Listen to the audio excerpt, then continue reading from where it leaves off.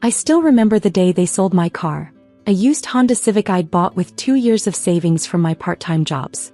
I stood in our driveway watching the new owner drive away with my independence while my mother beamed like she just solved world hunger. "Your brother needs this money more than you need a car," she said, counting the cash. "Michael's MBA is an investment in this family's future." Michael, my golden child younger brother, didn't even look up from his phone. "Thanks, sis. I'll totally make it up to you once I'm a big-shot executive." I was 22, fresh out of college with a computer science degree they hadn't bothered to attend the graduation for.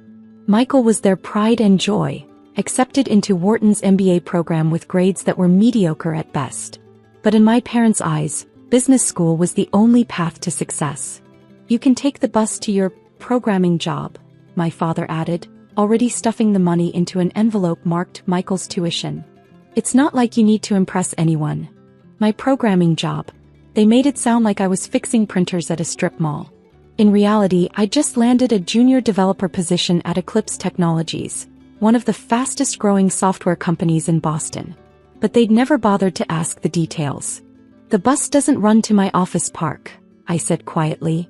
"Then walk," Michael smirked. "Consider it exercise. God knows you spend too much time in front of computers anyway." That night, I sat in my tiny bedroom looking at my bank account.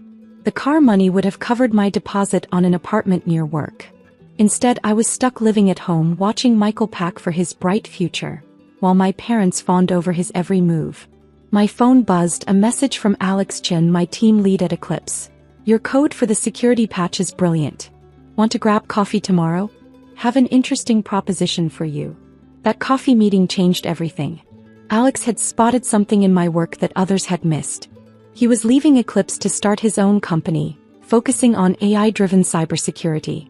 He wanted me as his first hire. "It's a risk," he admitted over steaming cups at the local cafe. "No guaranteed salary for the first year. Just equity and a promise." I thought about my parents' dismissal, Michael's smirk, the empty space in our driveway where my independence used to park. "I'm in." For the next 6 months I worked 2 jobs. Days at Eclipse, nights and weekends with Alex in his garage-turned-office. My parents barely noticed my absence. They were too busy FaceTiming with Michael, cooing over his business school adventures. "He's networking with future CEOs," my mother gushed at dinner one night. "Meanwhile, you're still playing with computers in some startup." If she'd bothered to check, she'd have known that some startup had just secured its first major client, a Fortune 100 bank desperate for our AI security solutions.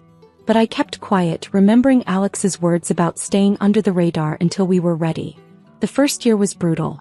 I slept on Alex's couch after we lost the garage office, coding until my eyes burned. My parents' constant updates about Michael's successful business school career became background noise. "He's got an interview at McKinsey," my father announced proudly. "Now that's a real career." I nodded, not mentioning that our startup, now named Quantum Shield, had just been valued at $50 million after our series of funding. Alex and I had celebrated with cheap champagne in our new office. A real office with actual furniture and a view of the Boston skyline. 3 years passed.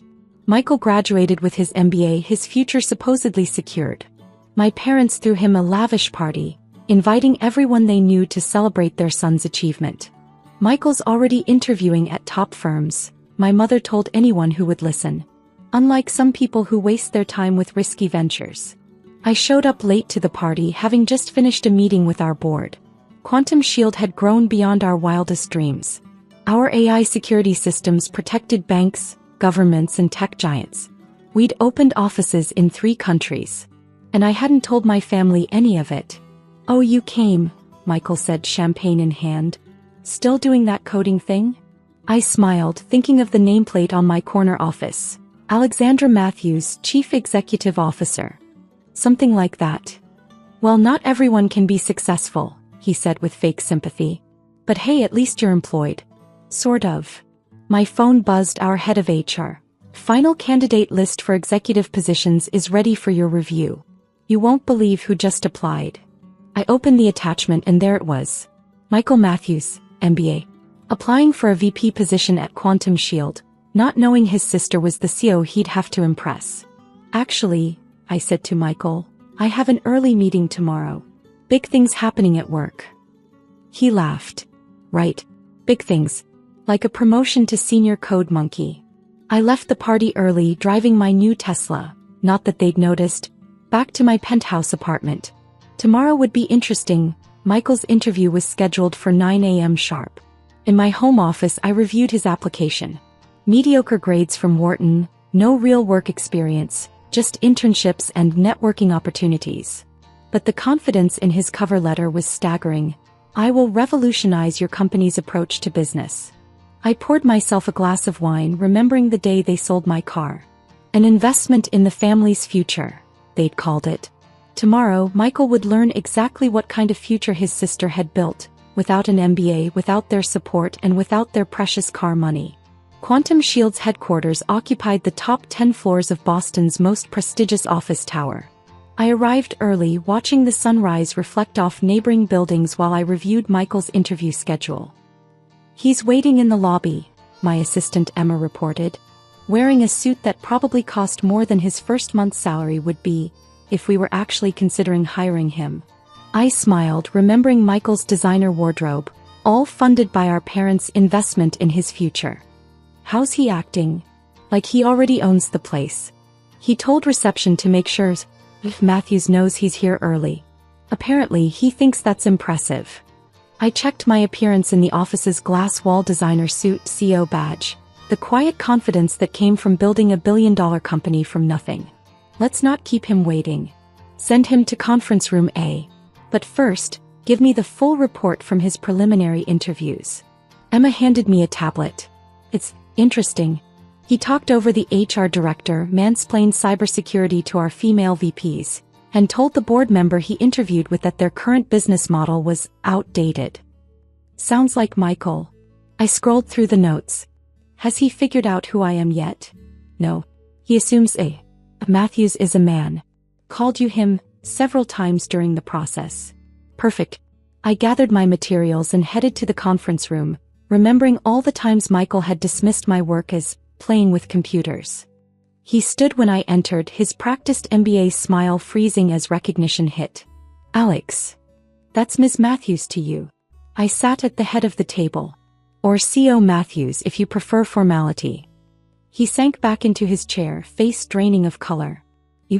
This is your company? Quantum Shield. Yes. That coding thing you've mocked for years built this.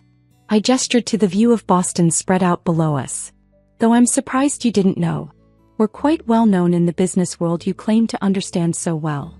But you're just a programmer. A programmer who built a billion-dollar company while you were learning PowerPoint at Wharton. I opened his resume. Speaking of which, let's discuss your application. Michael's confidence visibly crumbled as I went through his experience point by point.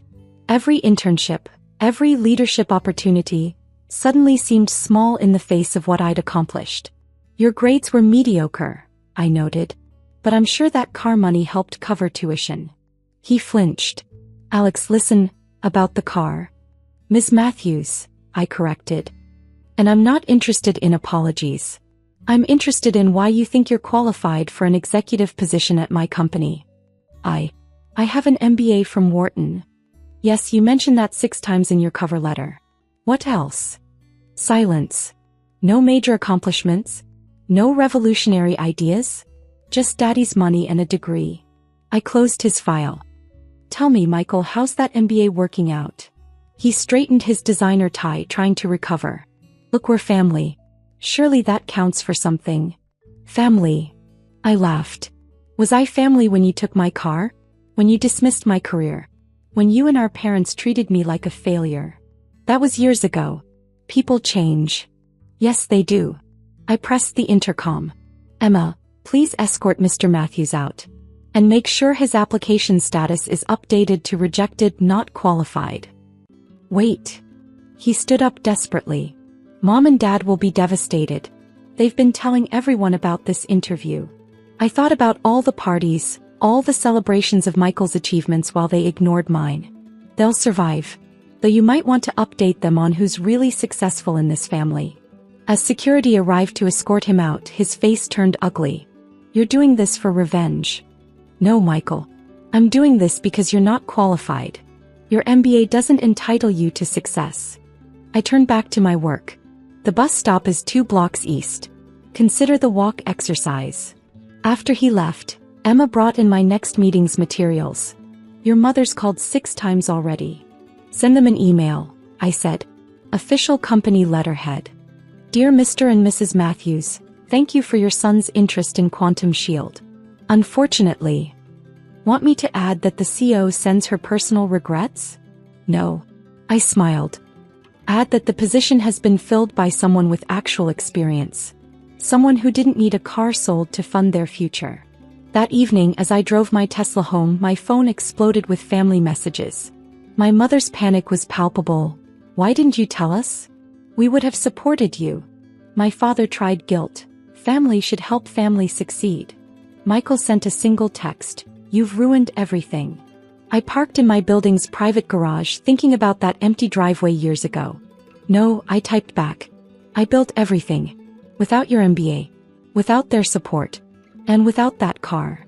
The next day, the Business News announced Quantum Shield's latest acquisition, a struggling consulting firm that specialized in MBA placement. My first executive decision?